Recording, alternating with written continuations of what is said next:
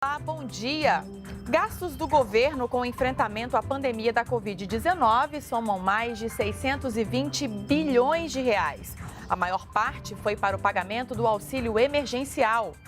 Em entrevista exclusiva para a TV Brasil, o ministro da Saúde, Eduardo Pazuello, deu detalhes sobre a vacinação contra a Covid-19 no país.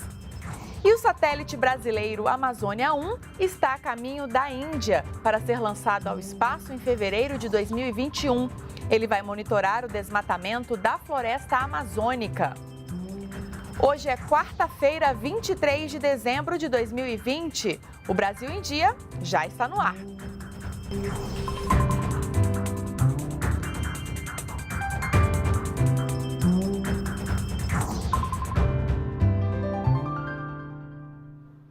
São 8 horas da manhã. Estamos ao vivo também pelas redes sociais.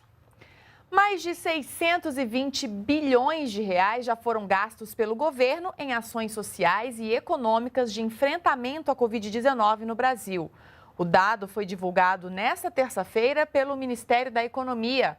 A repórter Gabriela Noronha tem os detalhes de como esse recurso foi utilizado. Bom dia, Gabriela. Olá, Manuela, bom dia, um bom dia a todos. Olha, isso mesmo. E entre esses gastos do governo federal estão o pagamento do auxílio emergencial, que consumiu mais de 320 bilhões de reais, a maior parte desse valor, do total. Outros 190 bilhões de reais foram destinados como medida de socorro a estados e municípios e outros 50 bilhões de reais para o programa de suspensão de contratos e de redução de jornadas de trabalho, que preservou mais de 10 milhões de empregos formais. Ainda, segundo o Ministério da Economia, Manuela, outros mais de 31 bilhões de reais vão impactar nas contas públicas de 2021, porque esse valor será utilizado na compra de vacinas. Volto com você no estúdio. Obrigada, Gabriela. Em entrevista exclusiva ao programa Brasil em Pauta da TV Brasil, o ministro da Saúde, Eduardo Pazuello, pediu confiança da população em relação à atuação do SUS no combate à Covid-19.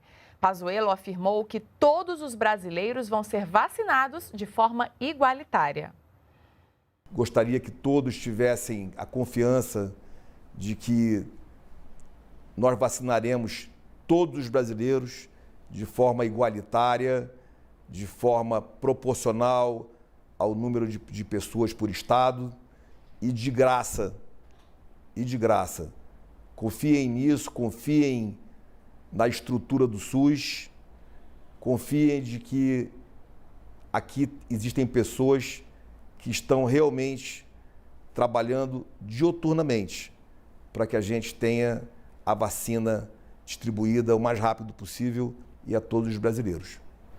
Sobre o começo da vacinação no Brasil, o ministro antecipou que as primeiras doses vão ser aplicadas em janeiro do ano que vem e que em fevereiro a imunização vai ganhar impulso.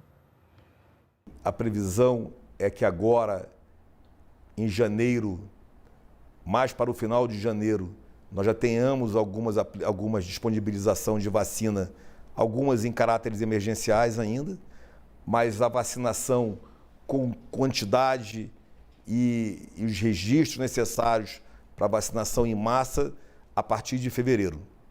Então, os números são esses, as previsões são essas, aliás. Nós temos contratos firmados aí com 4 a 5 laboratórios e eles vão nos dando toda essa cronologia, atualizando o nosso cronograma, mas o principal número, a principal data é que em janeiro, até o final de janeiro, nós teremos vacinas iniciais, algumas em caráter emergencial e a vacinação em massa já com registro a partir de fevereiro.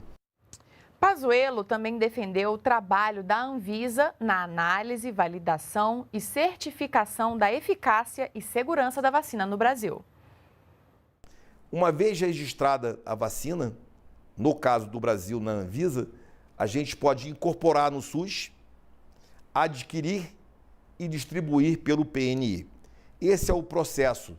Um processo de vacina normalmente dura de 4 anos em diante, chegando a 10 anos. Nós estamos fazendo hoje no mundo esse processo em 8 meses, 9 meses. Essa velocidade faz com que todas as ações tenham que ser aceleradas. E esse é o grande cuidado que nós temos. Qual é a nossa defesa? A nossa defesa é a análise da nossa agência reguladora. Sem a análise da agência reguladora, nós não podemos garantir à população a segurança e a eficácia daquela vacina. Pazuello disse ainda que o Plano Nacional de Operacionalização da Vacinação contra a Covid-19 conta com o apoio de estados e municípios e que prevê um dia D em todo o país. Vamos falar da principal ideia, vacina com registro, em quantidade para vacinação em massa. Define-se, já está definido os percentuais por estados, no plano macro. Aquele número vai ser dividido, considerando-se ali os grupos prioritários.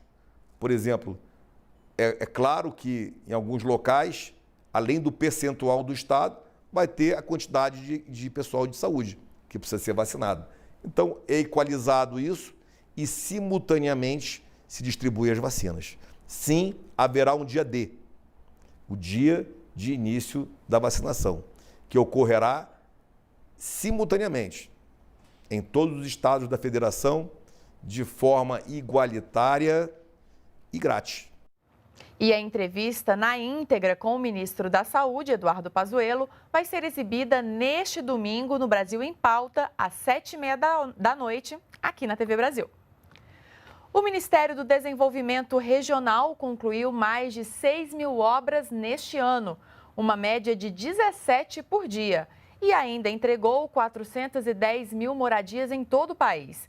Segundo o ministro Rogério Marinho, as ações empregaram 4 milhões de brasileiros.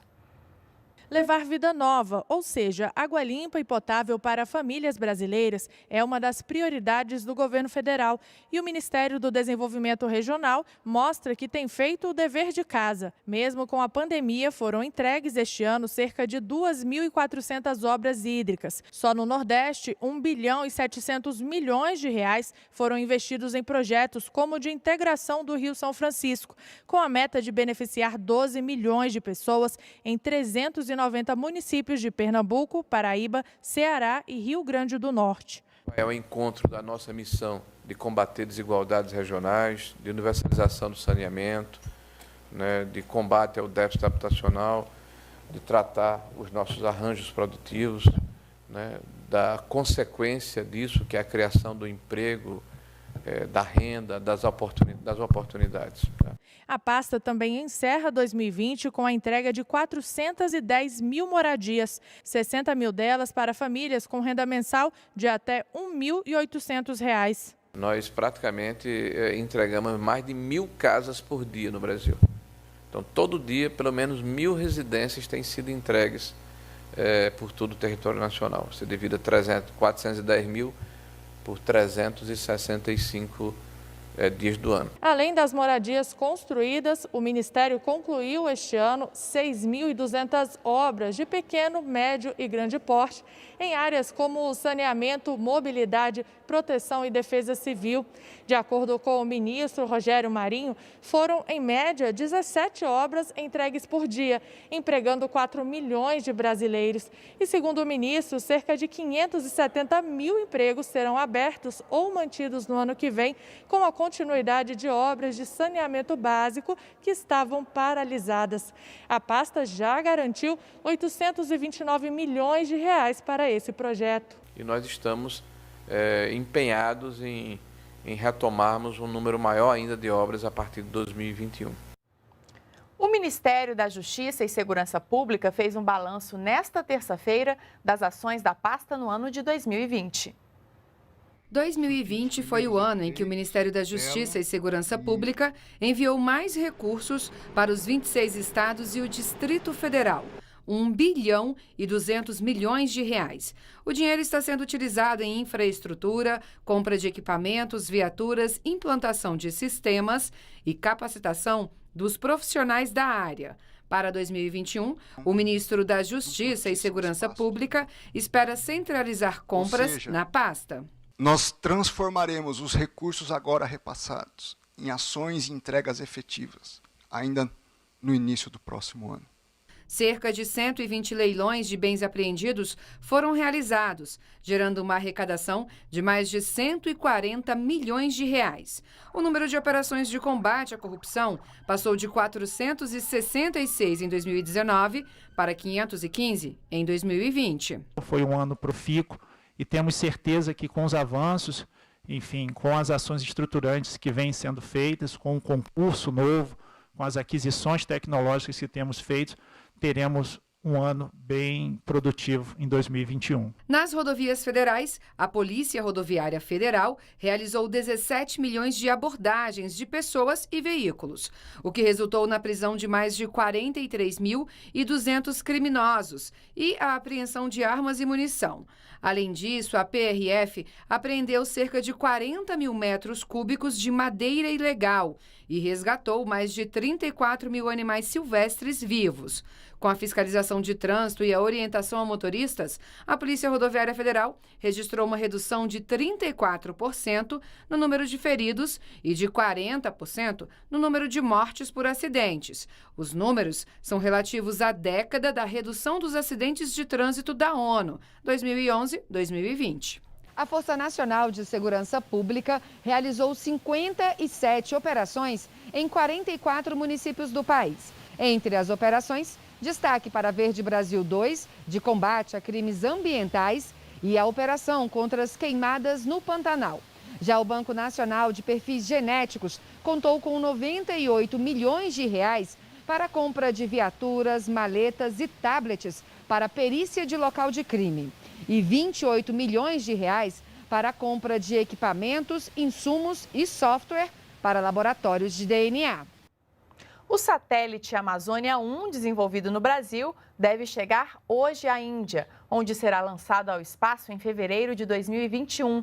Ele vai ser usado para dar dados mais precisos e monitorar o desmatamento da floresta amazônica. Nestes containers estão os mais de 600 quilos de componentes do satélite Amazônia 1, além de 20 toneladas de equipamentos de teste.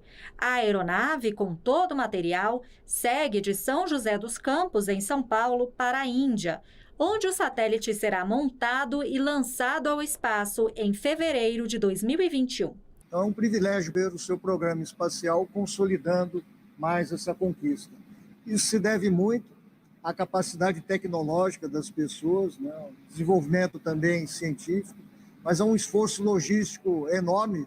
Tivemos uma pequena demonstração disso e esse esforço logístico ele prossegue até chegar na Índia. O satélite será lançado a mais de 720 quilômetros de altitude e terá tecnologia de ponta para monitorar o desmatamento, com dados mais precisos. O Amazônia 1 é o primeiro satélite de observação da Terra completamente projetado, integrado, testado e operado pelo Brasil. Ele foi desenvolvido no Instituto Nacional de Pesquisas Espaciais, INPE, em São José dos Campos, São Paulo. Esse satélite representa muito, né? Não só em termos de desenvolvimento de tecnologia, mas também no desenvolvimento da nossa indústria, significa a sua aplicação no espaço, né? Para observação da Terra em um espectro muito interessante de frequência, que ajuda no monitoramento da Amazônia, como o nome diz, mas também de outros biomas, e abre, né, uma perspectiva muito grande também de aplicações baseadas nesses satélites. O Brasil em Dia fica por aqui. Nos acompanhe também pelas nossas redes sociais. Uma ótima quarta-feira para você e nos vemos até amanhã. Tchau!